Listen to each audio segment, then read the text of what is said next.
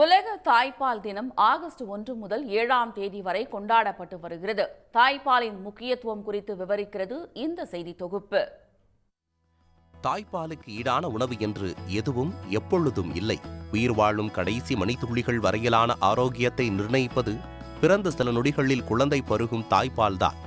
தாய்ப்பாலை கொடுப்பதால் குழந்தைகளோடு சேர்ந்து தாய்க்கும் நன்மை என்று கூறுகிறார் மகப்பேறு மருத்துவர் உமாராம்.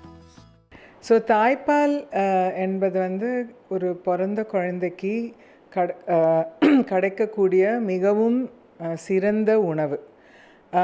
இந்த ஒவ்வொரு குழந்தைக்கு எந்த விதமான சத்து தேவையோ நியூட்ரிஷன் தேவையோ அது தாய்ப்பால்லேருந்து கிடைக்கும். தாய்ப்பால் கொடுப்பதால் குழந்தைகளுக்கு அறிவு வளர்ச்சி மற்றும் உடலில் நோய் எதிர்ப்பு சக்தி உண்டாகிறது என மருத்துவர்கள் கூறுகின்றனர். இதற்காக அரசு மருத்துவமனைகளில் தாய்ப்பால் வங்கியை ஏற்படுத்தி உள்ளதாகவும் மகப்பேறு மருத்துவர்கள் தெரிவிக்கின்றனர்.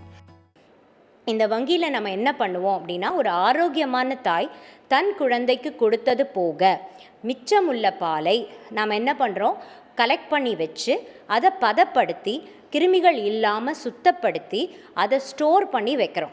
இருப்பில் கிடக்கில் வச்சு அதை தேவைப்படும் சின்ன குழந்தைங்களுக்கு, குறைமாத குழந்தைகளுக்கு, தன் தாயிடமிருந்து பால் குடிக்க முடியாத குழந்தைகளுக்கு நாம் புகட்டுறோம்.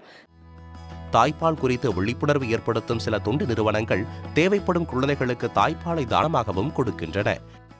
பேபிஸ், அதாவது ப்ரீ மெச்சூர் பேபிஸ், ரொம்ப பச்சிலம் குழந்தைகள், அண்டர் வெயிட்டில் பிறக்கிற பேபிஸ், அதாவது ரொம்ப குறை மாதத்துலேயே பிறந்துருவாங்க. ஒரு 20 வாரம், 26 வாரம், 27 வாரங்கும் போது அவங்களோட வெயிட் ரொம்பவே கம்மியாக தான் இருக்கும்.